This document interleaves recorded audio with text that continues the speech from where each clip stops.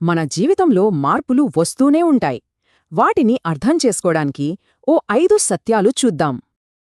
అసలు జీవితంలోకి వచ్చే మార్పును ఎలా స్వీకరించాలి, ముఖ్యంగా అనుకోకుండా ఎదురైనప్పుడు?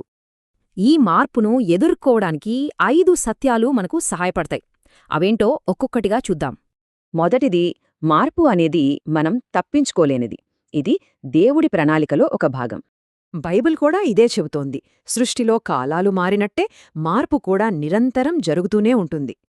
ఒకవేళ మన జీవితంలో ఏ మార్పు లేదంటే అక్కడ దేవుని కార్యం జరగడం లేదనే దానికి సంకేతం.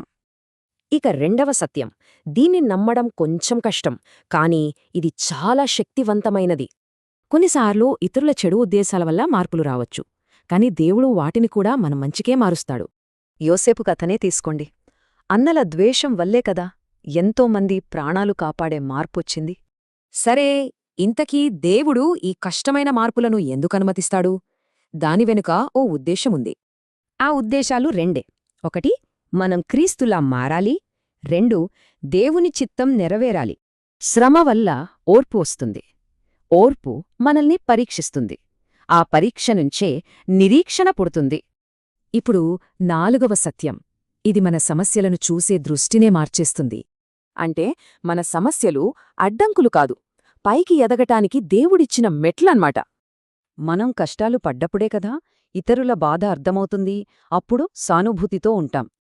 చివరిగా 5వ సత్యం. ఇది మన స్వంత గుర్తింపు గురించి చెబుతుంది. అసలు మనమెవరమో మనకు తెలుసా?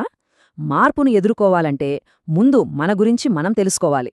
మన గుర్తింపు అంటే మన తలాంతులు, వరాలు, మన రూపం, ఇంకా మనపై ఉన్న అభిషేకం. అభిషేకమంటే ఏదో ఫీలింగ్ గాదు, అది ఒక పని చేయడానికి దేవుడిచ్చిన అధికారం, శక్తి. మనం ఎవరో తెలిస్తేనే మన ఉద్దేశమేంటో తెలుస్తుంది. అప్పుడు దేవుణ్ణి ఏమడగాలో కూడా స్పష్టతొస్తుంది. చివరగా ఈ విశ్లేషణ మనల్ని ఒక ప్రశ్నతో వదిలేస్తోంది. దేవుడు మనతో ఉన్నట్టు మనం ఇతరులతో ఉంటున్నామా?